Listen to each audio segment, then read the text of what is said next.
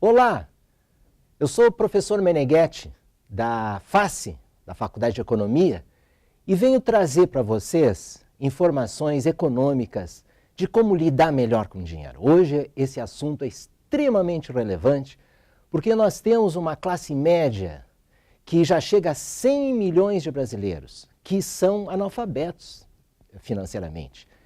Eles gastam, eles agem por impulso, eles têm muitos cartões de crédito, eles apresentam uma dívida cada vez maior, eles vão atrás dos incentivos do governo, que reduzem impostos e mostram no marketing que vale a pena hoje adquirir produtos, desde carro até artigos eletrônicos, passando pela linha branca, fogões, geladeiras, e eles vão à compra e certamente há problemas para o pagamento, porque eles parcelam demais. Então é um assunto extremamente relevante que eu venho trazer para vocês no sentido de apresentar alguns encaminhamentos extremamente relevantes que podem ajudar ao cidadão a entender melhor como se lida de uma forma adequada com o dinheiro.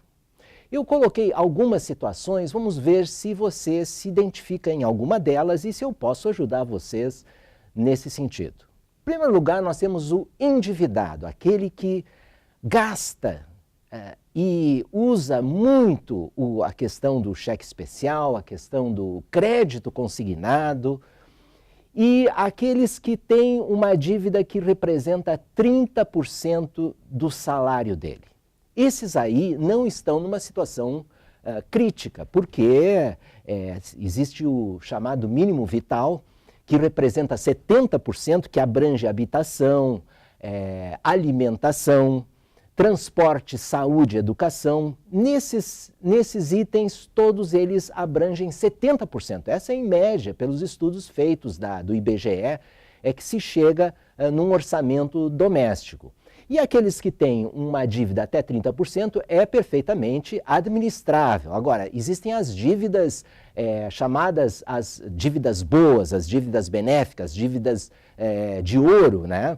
Que é as dívidas de casa própria, de negócios próprios, o cidadão que tem um negócio próprio pode se endividar, e também para estudar. O resto, todas as dívidas, elas são preocupantes e têm que ser administradas de uma forma adequada. Então, nesse sentido, os endividados têm que cuidar para não ultrapassar os 30%.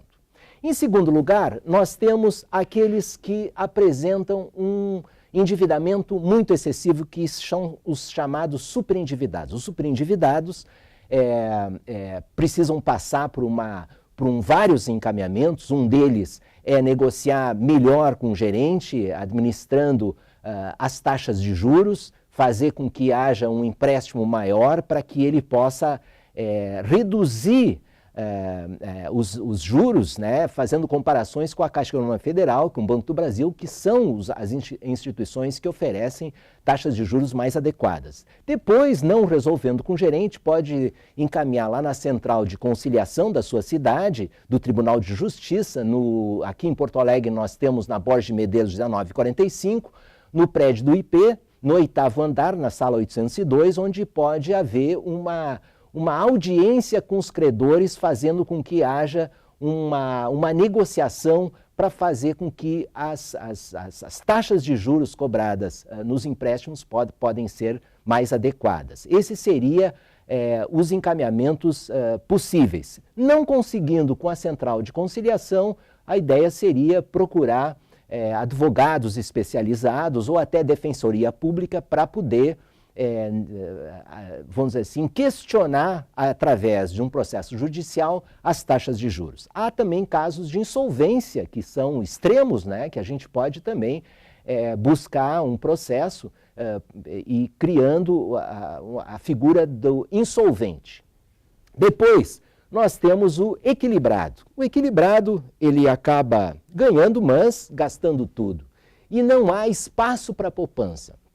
Esse também necessita de um cuidado especial, porque é necessário poupança. Eu acho que nas minhas palestras, nas minhas consultas, a primeira coisa que eu pergunto é qual é o teu nível de poupança. O indivíduo que não tem nada de poupança é preocupante. Desde os 8 anos até os 80, 90, 100 anos, todos nós precisamos ter, no mínimo, uma poupança procurando guardar 10% de tudo que ganha. Nesse sentido, o equilibrado ele tem que fazer um orçamento doméstico e verificar de que forma ele pode, eventualmente, guardar num mês 10%, vai chegando até 10%, se ele puder ir além, melhor ainda.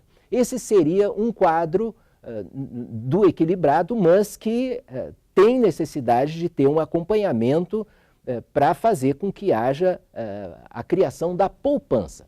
Depois nós temos o superavitário. Esse sim é uma situação que está melhor que o equilibrado, porque ele já consegue ter algum nível de poupança, e o encaminhamento que a gente faz é que geralmente as pessoas que eu conheço, as pessoas das minhas palestras, as pessoas que eu dou consultas, elas só pensam na poupança. Hoje em dia, existem no mercado financeiro muitas aplicações, muitos ativos muito melhores que a poupança. O gráfico que eu apresento é um gráfico relacionado com as carteiras de ativos do cidadão. Existem, dependendo da faixa etária, uma sugestão de carteira, uma sugestão de poupança. Então, essa linha, ela representa o dinheiro na nossa vida de acordo com a faixa etária. A gente sabe que lá pelos 45, 50 anos é onde o rendimento do indivíduo, do cidadão, é maior. Nesse sentido, até os 40, 50 anos, ele pode organizar uma carteira de ativos mais de curto prazo, que representa um CDB. Geralmente um CDB tem 1 ano, 2 anos, 3 anos. Poupança também é tudo ativo de curto prazo, e 10% da sua carteira pode ser relacionado com dólar. Então, é um período onde ele vai construir patrimônio, onde ele vai requerer muito dinheiro de curto prazo, e nesse sentido, essa é o melhor encaminhamento que a gente pode fazer, 45% e 45% CDB, poupança, e 10% dólar.